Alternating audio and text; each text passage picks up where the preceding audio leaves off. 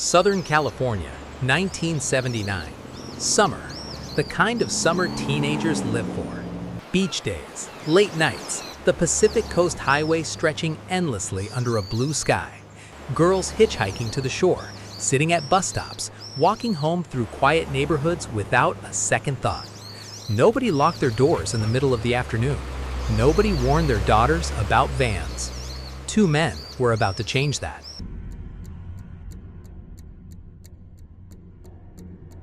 Lawrence Siegfried Bittaker was born on September 27, 1940, in Pittsburgh, Pennsylvania.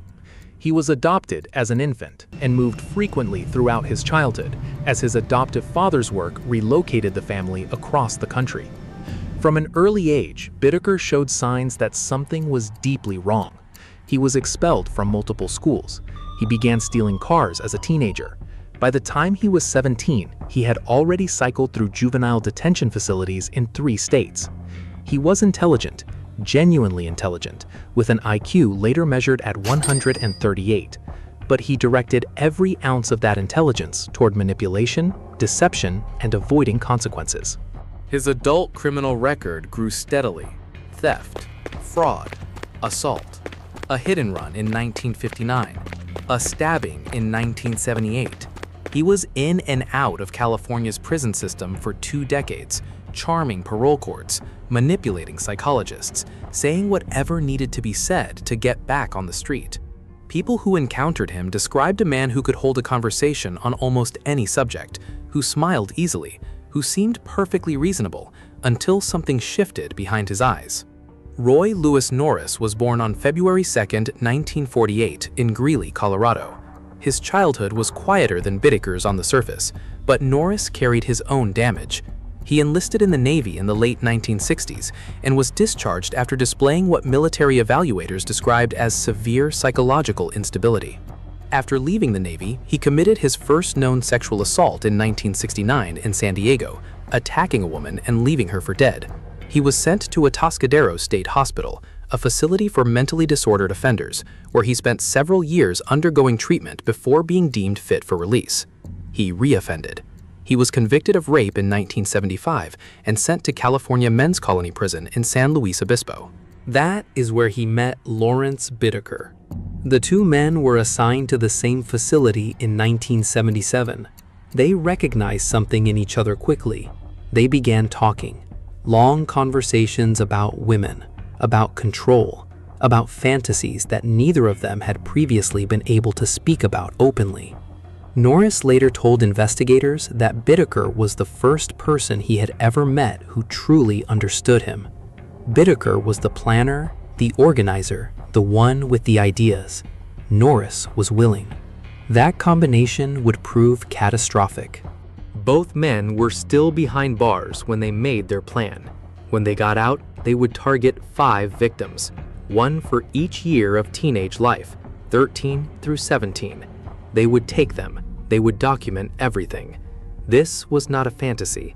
It was a structured plan with specific steps and a clear goal. Bittaker was released in November 1978. Norris followed in January 1979. Within weeks of Norris getting out, the two men were meeting regularly and preparing. Bittaker bought a silver 1977 GMC cargo van. He removed the back seats. He laid a mattress on the floor. He collected a set of hand tools and stored them carefully inside the van. He named it Murder Mac. Through the spring of 1979, Bittaker and Norris drove the Pacific Coast Highway regularly. They watched. They were patient. They were in no hurry. They photographed young women from the van without their knowledge, studying potential targets before making a move. By June, they were ready. Cindy Schaefer was 16 years old and lived in Torrance, California. She had brown hair, a quiet personality, and was close to her grandmother. She visited her often. On June 24, 1979, Cindy was walking home from her grandmother's house in Redondo Beach. It was a route she had walked many times before. Bittaker pulled the van alongside her and offered a ride. She got in. They drove her into the San Gabriel Mountains. She did not come back. Her body was thrown off a cliff into thick brush hundreds of feet below. Cindy Schaefer was never found. Her family never had a grave to visit. Andrea Hall was 18 years old and lived in the Los Angeles area. She was independent and adventurous, comfortable hitchhiking between beach towns the way many young people were in Southern California at that time. On July 8, 1979, Andrea was hitchhiking alone on the Pacific Coast Highway when the van pulled over. She climbed in. They drove her into the mountains above Malibu. She did not survive. Her body was thrown from a ridge on Mulholland Highway into the canyon below. Like Cindy, Andrea Hall was never found. Her case sat as a missing persons report for years. Jackie Gilliam was 15. Leah Lamb was 13. They were friends spending a late summer afternoon together in Hermosa Beach on September 3, 1979. They were sitting at a bus stop waiting for a ride home. Bittaker and Norris pulled up. They were friendly, calm, and completely unthreatening. They suggested the girls come along for a drive up into the hills to enjoy the view. Two girls on a warm afternoon, approached by two ordinary-looking men with a simple suggestion. They said yes. Both girls were taken into the van. Investigators believe Jackie and Leah were held for approximately 2 days before they were killed. Their bodies were left in the mountains. Jackie Gilliam's remains were found years later. Leah Lamb, 13 years old, was never found. Her family waited decades for answers that never fully came. Shirley Ledford was 16 years old and lived in the San Fernando Valley. She was lively and social. She laughed easily. She lit up every room she walked into. On the evening of October 31st, 1979, Halloween night, she was trying to get to a party. She was standing on the roadside in Sunland, hitchhiking, dressed for the night. Bittaker and Norris found her. She accepted the ride. This time, Bittaker had brought a cassette tape recorder. For approximately 40 minutes, as the van drove through quiet residential streets in the dark, he recorded everything that happened inside it. The recording captured Shirley's voice throughout. It captured everything. When it was over, they did something different from every other time. Instead of driving into the mountains, they pulled into a residential neighborhood and left Shirley's body on the front lawn of a house on a quiet street, in plain sight, visible to anyone walking past. She was meant to be found. A neighbor discovered her the following morning and called the police. The recording made that night has never been released to the public, and almost certainly never will be. Law enforcement agents who have heard it describe it the same way every single time. The most disturbing piece of audio evidence ever collected in the history of American criminal investigation. Not the most disturbing from this case, the most disturbing of all time.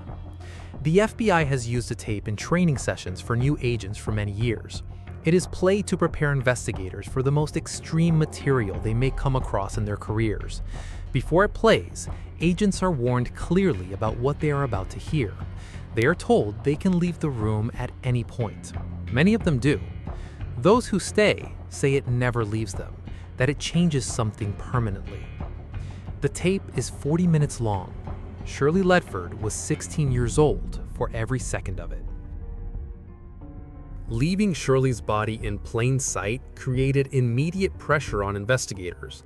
Unlike the other 4 victims who had simply vanished without a trace, Shirley had been found at a specific location with physical evidence present. The case was active and moving fast. But the real break did not come from forensic work. It came from Roy Norris's own mouth. Norris had been talking, not to many people, but he had told a former prison acquaintance named Jimmy Ledford, no relation to Shirley, exactly what he and Bittaker had done. All 5 victims, every detail. Jimmy Ledford sat with that information for a period of time before making his decision. Then he went to the police. Norris was arrested in November 1979, less than a month after Shirley's body was found. Facing a possible death sentence, Norris made a deal. He agreed to cooperate fully with investigators, hand over all available evidence, and testify against Lawrence Bittaker at trial. In exchange, the death penalty was taken off the table for him. He pleaded guilty to 5 counts of first-degree murder and was sentenced to 45 years to life in prison. Lawrence Bittaker was arrested shortly after. Bittaker's trial began in 1981. The prosecution's case was solid. Norris took the stand and testified in full detail about every single murder. Photographs taken by Bittaker were shown to the court as evidence.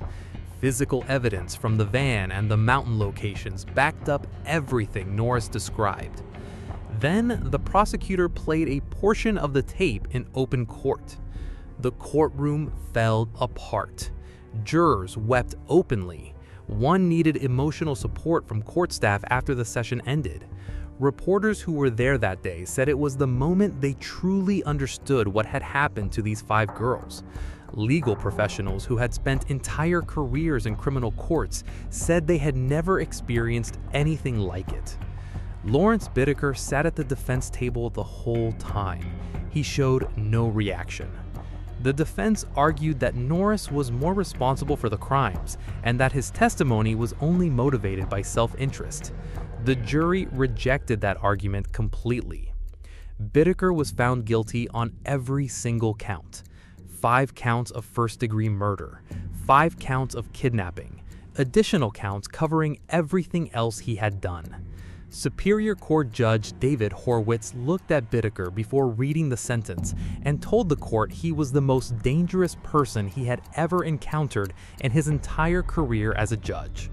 On March 24, 1981, Lawrence Bittaker was sentenced to death. Bittaker arrived at San Quentin State Prison's death row and immediately got to work. He filed appeals constantly, using his intelligence to find every legal angle available to him. He gave interviews to journalists and researchers, carefully controlling what he said and how he came across. He sent letters to criminologists that were designed to disturb them, to remind them that even from a prison cell, he could still get under people's skin. He took part in psychological studies, but multiple researchers said afterward that they felt he had been studying them just as much as they were studying him. He never showed remorse, not once, not in any interview, any letter, or any legal document. He talked about his victims in ways that made clear he saw them as less than human. He seemed proud of what he had done. The state of California carried out no executions for many years during long legal battles over its execution process. Bittaker outlasted every scheduled date. He filed appeal after appeal and bought himself more time. Lawrence Bittaker died of natural causes on December 13, 2019. He was 79 years old. He died in the prison hospital. He was never executed. He lived longer than 2 of his victims' own parents. He received more years of life than all 5 of his victims put together. Roy Norris was denied parole multiple times over the years. The parole board kept pointing to how serious the crimes were, regardless of the help he had given prosecutors. He died in prison on February 24, 2020. He was 72 years old. Murder Mac was held as evidence and later destroyed. The cassette tape remains locked away in a secure evidence facility. It has never been copied or shared. There is no version of it available anywhere online or anywhere else. It is easy in a story like this to spend so much time on the killers that the victims become an afterthought. That is exactly what Bittaker wanted. He wanted to be the center of the story. He built that outcome on purpose. So here is what actually matters. Cindy Schaefer was 16 years old. She had brown hair and visited her grandmother regularly. She was walking home on a summer afternoon when a van pulled up beside her. She never made it home.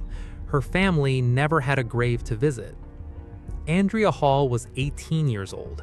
She was independent and free. She was hitchhiking on a coastal highway on a July morning. Her family reported her missing and waited for answers for years. Her body was never found. Jackie Gilliam was 15 years old. She was spending an afternoon with a friend when two men in a van pulled up with a friendly suggestion. She had no reason to say no. She did not come home. Leah Lamp was 13 years old. She was in 7th grade. She was sitting at a bus stop with a friend on a warm afternoon. She was 13 years old, and she never went home. Her remains were never found. Her family never got closure of any kind. Shirley Ledford was 16 years old. She was on her way to a Halloween party. She was happy, social, and full of energy the way any teenager would be on a Friday night.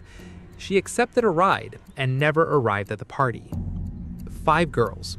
The oldest was 18, the youngest was 13. None of them did anything wrong.